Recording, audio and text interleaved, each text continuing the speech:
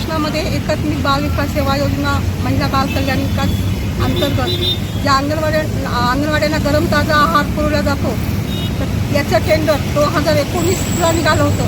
तेव्हा पण आम्ही असंच उपोषण केलं होतं आणि नंतरच टेंडर निघालं होतं. पण 2019च्या GR-नुसार ते फक्त 2 वर्षासाठीचं टेंडर होतं.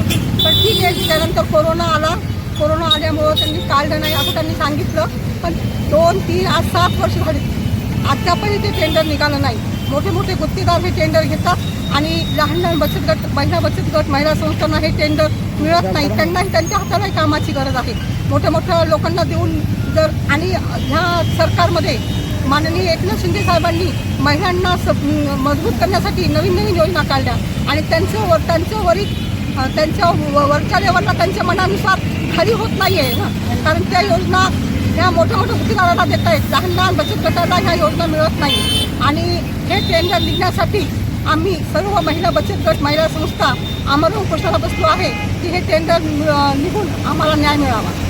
20च्या वेळेस पण टेंडर निघालं नाही आणि का निघत नाही आम्ही चौकशी केली तर असं कळालं की सगळ्यांना पैसे गोळा करतात ते मोठे लोक गुत्तेदार आणि वर नेऊन मॅनेज करतात आणि इकडं जाहिरात देऊ देत नाही. म्हणून आम्ही त्यावेळेस 2019ला उपोषणाला बसलो आणि नंतरच टेंडर निघालं. आम्हाला उपोषण केलं होतं आणि त्यावेळेसही आम्हाला वरून मग पत्र दिलं की आम्ही टेंडर काढू आणि नंतर 2 दिवसात लगेच टेंडर निघालं होतं. तेव्हापासून आज 7 वर्ष झाले टेंडर निघालेलं नाही. मग आम्ही आता कोणाकडे बघायचं? आम्ही वारंवार पत्र दिलेत संबंधित अधिकाऱ्यांना, संबंधित ऑफिसला जाऊन भेटलो, पण त्यांचं एकच म्हणणं असतं की आता सध्या नाही, स्टे आला, असं झालं तसं झालं, देणार नाही. त्यामुळं आम्ही हा निर्णय घेण्यात, आजचा निर्णय हा त्याच्यामुळे घेतला. त्यांनाच माहिती काय कारण आहे. पण एवढं मात्र नक्की आहे की ह्या लोकांचं पूर्ण आता GR प्रमाणे हे टेंडर 2 वर्षासाठीच होतं. मग ठीक आहे, 2 वर्ष म्हणजे 2019ला निघालं, 21पर्यंत टेंडर काढायला पाहिजे होतं. त्यांच्या म्हणण्यानुसार मध्ये कोविड आला. कोविड किती दिवस चालणार? आज 2024 संपत आलेले आहे. तर मग तुम्ही सांगा हे टेंडर निघणार कधी? 24पर्यंत ह्यांनी टेंडर काढायला पाहिजे होतं ना. पण ह्यांचं टेंडर निघत नाही.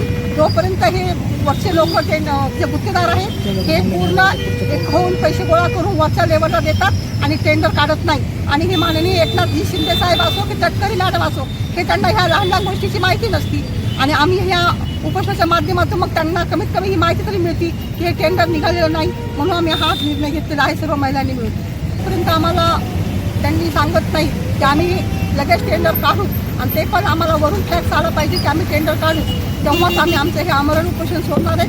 तोपर्यंत आमचं हे उपोषण चालूच राहणार.